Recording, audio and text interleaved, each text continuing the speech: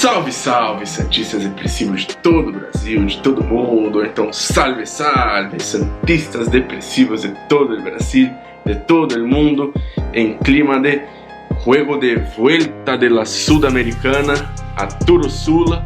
Bom, que Independiente e Santos é um confronto bem disputado, tanto dentro quanto principalmente fora de campo. Vocês já estão cansados de saber, né? Libertadores de 64, polêmica. Libertadores de 2018, super polêmica. Anos 80, anos 90, como a gente até te contou em outros Peixepad aqui. E agora também, né, com esse clima de provocações entre os clubes nas redes sociais, depois deles tentarem agir contra nós no tapetão mais uma vez. Mas teve uma vez que essa má fé do Independiente, né, essa perseguição deles contra a gente quase contribuiu diretamente para rebaixar a gente no Campeonato Brasileiro. Aí você deve estar pensando, né, Independiente, Campeonato Brasileiro, rebaixamento do Santos no Campeonato Brasileiro por conta do Independiente, que? Então, se prepara para mais um Peixepédia pra lá de curioso. Depois da vinheta.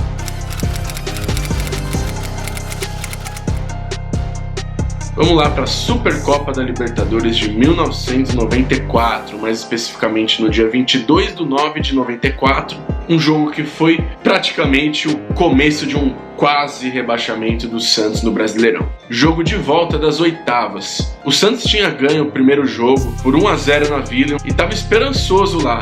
Porém, com um show do colombiano Albero Uzuriaga, que sempre dava trabalho pra gente quando a gente enfrentava ele, os argentinos atropelaram o Santos por 4-0, ficando com a vaga, né, para as quartas de final. Beleza, vamos avançar 2 anos depois disso, 1996. Ano do nascimento aqui do ADM, né, do dono do canal. No meio do ano de 96, o Santos havia acabado de vender para o Barcelona o seu maior ídolo na época, o seu melhor jogador de longe, Giovanni, o Messias. O Santos precisava reforçar o seu elenco para substituir o G10, né, o Messias à altura. Então decidiu ir atrás do seu carrasco naquela Supercopa, né, de 94, o Uzuriaga. E aí o Uzuriaga chegou em Santos, foi apresentado como uma estrela, né, na Vila Belmiro, chegou com muita moral, jogava muito na época e ainda chegou metendo gol, né? 3 gols nos 2 amistosos de preparação para o Brasileirão de 96. Porém, tinha um imbróglio. Ele precisava ser registrado oficialmente no Santos para poder estrear no Brasileirão também.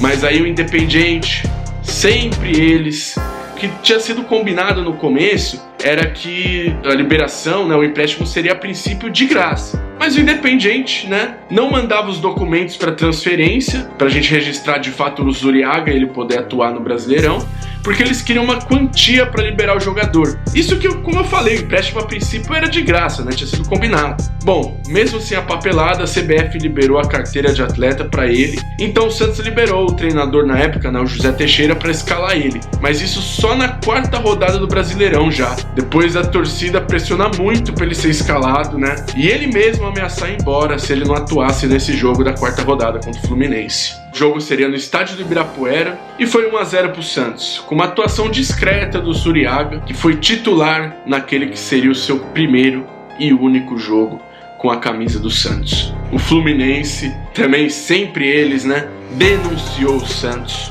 alegando que o Santos precisava apresentar os documentos do Independiente para registrar a transferência. Documentos esses, né, que o Independiente primeiramente tinha aceitado ceder gratuitamente, como empréstimo era de graça, mas depois cobraram um valor pela liberação. Então logo depois do jogo o Fluminense já foi lá e agiu no tapetão contra a gente. Com medo de perder os pontos daquele jogo contra o Flu, o Santos, né, que já estava brigando para não cair naquela época no Brasileirão, terminou o campeonato muito perto da zona de rebaixamento, então eles optaram naquela altura por não escalar mais o Uzuriaga, esperando a documentação chegar da Argentina. Mas os FDP do Independiente insistiam numa quantia em dinheiro para a liberação do jogador, né, para mandar os documentos. E aí o Santos acabou que desistiu do negócio. O Uzuriaga voltou para o Independiente. Es primera vez que en 10 años que yo jugando al fútbol ocurre una cosa de estas. Para mí es algo nuevo y bueno, la verdad es que no comprendo qué va a pasar. Bom, mesmo perdendo a sua maior contratação na época e com risco de cair, o Santos não foi punido pelo STJD, que reconheceu que o Santos não agiu de má fé.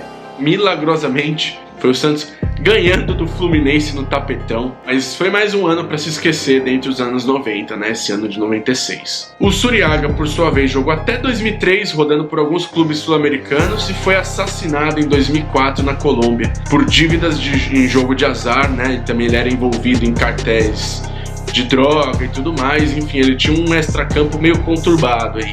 O inscrito Arquimedes, né, que vem se tornando figurinha carimbada aqui no canal, ele acompanhou bem esse caso na época, ele lembra bem, e ele gravou um vídeo falando um pouco de como foi esse caso e de como seria ter o Zuriaga no Santos durante todo esse Campeonato Brasileiro de 96, né, como ele seria útil pra gente, principalmente para ajudar a brigar para não cair e de repente aspirar coisas melhores nesse campeonato.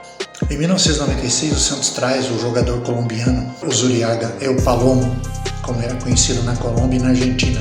Se ele ficasse no Santos, ele seria de grande valia ao elenco. Era um excelente atacante, fazedor de gols, experiente, com passagens pela seleção da Colômbia, disputou a Copa de 90 pela Colômbia, estava no time do Nacional de Medellín, que foi campeão da Libertadores em 89, então era um jogador de grande valia. O Santos estava tentando se reformular, seria uma grande opção. Infelizmente ficou pouco tempo e a gente ficou aí sem o futebol do grande Zuriaga El Palomo. Muito obrigado, Arquimedes, né? E vocês aí que se lembram dos anos 90, vocês acham que seria mais ou menos isso ter o Zuriaga no elenco do Santos por aquele campeonato inteiro? Vocês conheciam essa história também? Depois disso, vocês ficam com mais raiva ainda do Independiente? Se é que é possível ter mais raiva ainda do Independiente? Não se esqueçam de comentar, deixar o like, se inscrever no canal e não percam o próximo Peixepédia.